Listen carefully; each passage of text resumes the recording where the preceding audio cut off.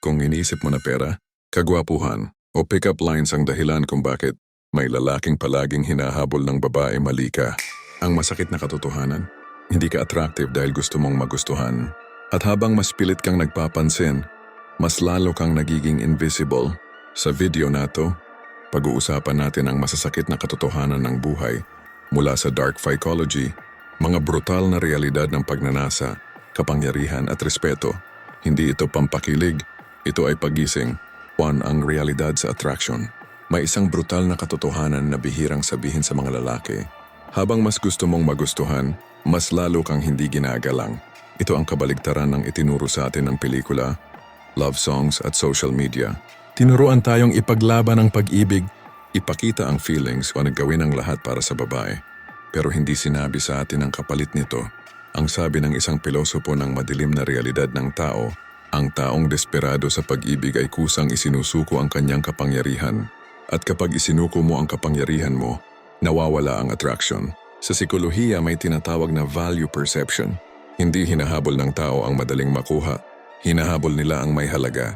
Kapag palagi kang available, kapag palagi kang nag-a-adjust, kapag palagi kang nauuna mag-message, kapag takot kang mawala siya, ang mensaheng ipinapadala mo sa hindi niya namamalayan ay ito. Ikaw ang mundo ko. At sa sandaling yon, tapos na ang laro. Hindi dahil masama ang magmahal, kundi dahil ginawa mong identity ang isang tao. Ang masakit, ang babaeng sinasamba mo ay hindi humihingi ng pedestal, pero kapag inilagay mo siya roon, hindi ka na niya makikita bilang kapantay. Sa subconscious level, ang utak ng babae ay naghahanap ng emotional stability at leadership, at ang lalaking umiikot ang emosyon sa isang tao ay hindi stable. Kahit gaano pa siya kabait. Ito ang dahilan kung bakit may lalaking hindi gwapo, hindi mayaman, pero may presensya. At may lalaking may itsura, may pera, pero palaging naiiwan. Dahil ang attraction ay hindi tungkol sa itsura. Ito ay tungkol sa energy ng lalaking buo ang sarili. At dito nagkakamali ang karamihan. Akala nila kailangan nilang magdagdag. Mas effort, mas oras, mas lambing. Pero ang totoo, kailangan nilang magbawas. Magbawas ng desperation. Magbawas ng takot. Magbawas ng paghingi ng validation. Dahil sa mundong ito, ang lalaking hindi takot mawalan, siya ang hindi basta-basta iniiwan. 2 Dark Psychology Principle. May isang tahimik pero malupit na batas sa human psychology. Ang respeto ay hindi hinihingi. Ito ay nararamdaman. At kung walang respeto, kahit gaano ka pa ka-sweet, ka-consistent o ka-present, walang tunay na attraction. May sinulat ang isang pilosopo tungkol sa kapangyarihan. Ang taong may kontrol sa sarili ay nagiging misteryo sa iba. At ang misteryo ay hindi kalituhan. Ito ay kawalan ng access. Sa dark psychology, ang attraction ay hindi nabubuo sa pagbibigay ng lahat. Ito ay nabubuo sa limitasyon. Kapag alam ng isang babae na hindi ka agad sasagot sa bawat tawag, hindi ka mag-a-adjust ng buhay mo para lang sa kanya, hindi ka matitinag kapag sinusubok ang boundaries mo, may nangyayaring kakaiba sa isip niya, nag-iiba ang dynamic. Hindi ka na option, hindi ka na convenient, nagiging presence ka. Ito ang hindi maintindihan ng karamihan ng lalaki. Ang pagiging palaging available ay hindi sign ng commitment. Sign ito ng kawalan ng direksyon. Ang lalaking walang direksyon ay madaling iwan dahil kahit mawala siya, wala siyang iniiwan na bakas. Sa dark psychology, may konsepto ng emotional tension. Hindi ito drama, hindi ito manipulation. Ito ay natural na reaksyon ng utak kapag hindi lahat ay predictable. Kapag alam ng babae na may buhay ka na hindi niya kontrolado, may prinsipyo kang hindi mo ibinabali, may mga bagay kang pipiliin kahit hindi siya kasali. Nagdudulot ito ng tanong sa isip niya, ano bang klaseng lalaki to? At ang tanong na iyan ay mas makapangyarihan kaysa sa kahit anong pick-up line. Ang lalaking laging nagpapaliwanag ng intensyon, laging nag-a-assure, laging nagsasabi ng plano, ay walang naiiwang puwang para sa curiosity. Samantalang ang lalaking tahimik, malinaw ang galaw, at consistent sa boundaries, siya ang binabasa ng babae sa pagitan ng mga linya. Tandaan ito, ang attraction ay hindi lumalago sa comfort, lumalago ito sa contrast. Contrast sa pagitan ng init at lamig, presence at absence, interest at independence. At dito pumapasok ang pinakamasakit na katotohanan. Hindi mo kailangang iparamdam na gusto mo siya para maramdaman niyang may halaga ka. Mas ramdam niya ang halaga mo kapag kaya mong mawala ng hindi nababasag. Hindi dahil wala kang emosyon, kundi dahil hindi emosyon ang may hawak sa'yo. 3. Painful truth from life. Ito ang katotohanang ayaw marinig ng karamihan ng lalaki. Hindi ka iiwan ng babae dahil kulang ka sa effort. Iiwan ka niya dahil wala ka ng direksyon. Maraming lalaki ang naniniwala na kapag mas nagbigay sila, mas oras, mas lambing, mas sakripisyo. Mas pipiliin sila. Pero ang buhay ay hindi ganun gumagana. May masakit na prinsipyo sa sikolohiya ng relasyon. Ang sobra ay nagiging normal. Ang normal ay nagiging kulang. At ang kulang ay hindi na pinahahalagahan. Kapag nasanay ang isang babae na palagi kang nandyan, kahit pagod ka, kahit wala ka ng oras sa sarili mo, kahit nasasaktan ka na, unti-unting nawawala ang bigat ng presensya mo, hindi dahil masama siyang tao, kundi dahil ganyan gumagana ang utak ng tao. Ang hindi marunong umalis ay hindi rin marunong pahalagahan. Isa pang masakit na katotohanan, ang pagiging mabait ay hindi sapat, ang kabaitan na walang prinsipyo ay hindi lakas. Ito ay takot na nagtatago sa ngiti, takot mawalan, takot mapalitan, takot mapag-isa. At kahit hindi mo ito sabihin, nararamdaman ito. Ang babae ay may natural na kakayahang makaramdam ng emotional imbalance kapag naramdaman niyang ang isang lalaki ay walang sariling paninindigan, walang malinaw na direksyon, at nabubuhay lang para sa relasyon. May nangyayaring tahimik na paglayo, hindi ito biglaan, hindi ito dramatic.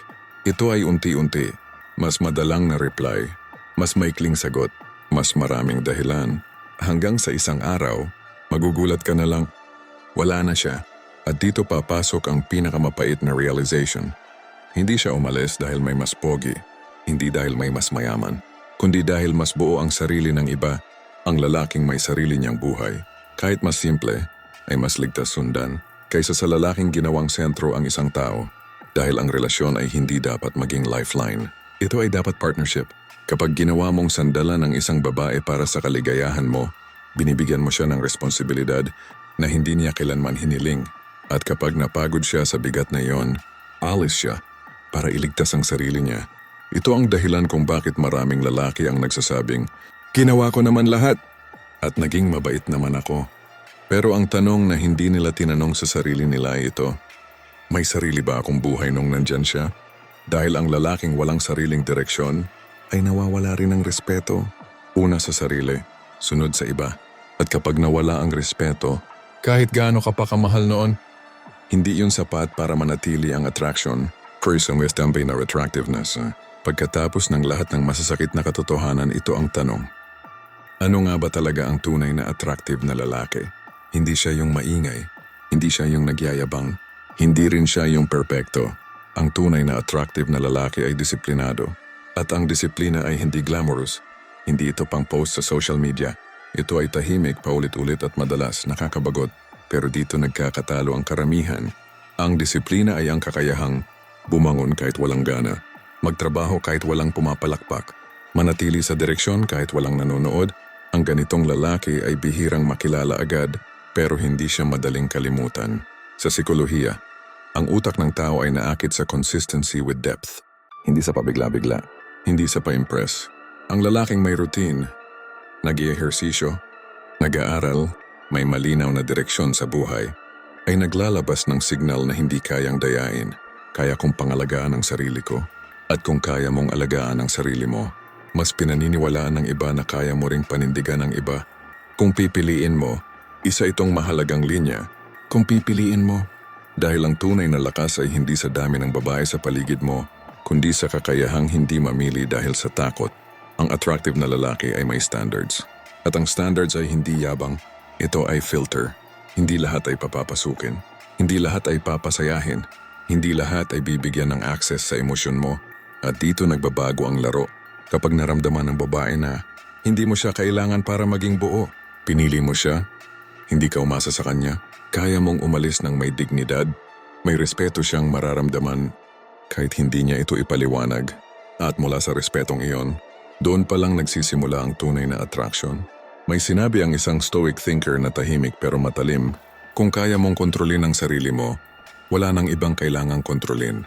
Ang lalaking hindi alipin ng emosyon, hindi kontrolado ng takot, at hindi nilulunod ng validation, ay lalaking may inner authority. At ang authority na iyon ay nararamdaman sa pananalita, kilos, katahimikan, Hindi mo kailangang ipaalam sa mundo na nagbago ka.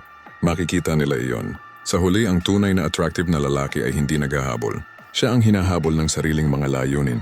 At sa mundong puno ng kalituhan, drama at emosyonal na kalat, ang lalaking may malinaw na direksyon ay nagiging ligtas, nagiging kaakit-akit, at nagiging rare. Huwag mong gawing goal na habulin ng babae dahil ang lalaking ang buhay ay umiikot sa paghahabol. Hinding-hindi siya nauuna.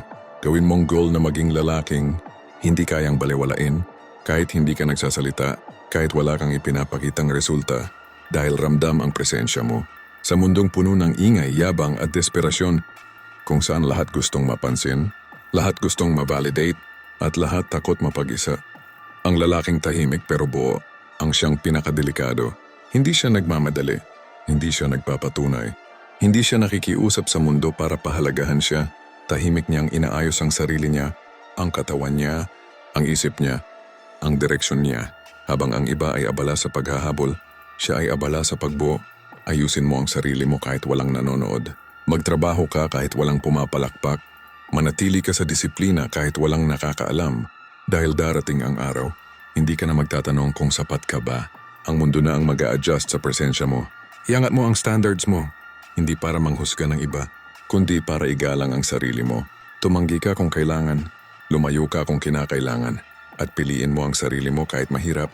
Dahil kapag natutunan mong pahalagahan ang sarili mo, magbabago ang tono ng mundo sa'yo. Magbabago ang trato ng tao sa'yo. Magbabago ang mga pinto na bumubukas. Hindi dahil naging mayabang ka, kundi dahil hindi ka na madaling yurakan. At sa huli, tandaan mo ito. Ang lalaking hinahabol ng babae ay hindi ang lalaking naghahabol. Siya ang lalaking may direksyon, may prinsipyo, at may lakas ng loob na maglakad mag-isa hanggang may kusang sumabay. Kung handa ka sa mas maraming masasakit pero nagpapalaya na katotohanan, mag-subscribe ka ngayon. Hindi ito channel para sa lahat, para lang ito sa mga lalaking handang magising.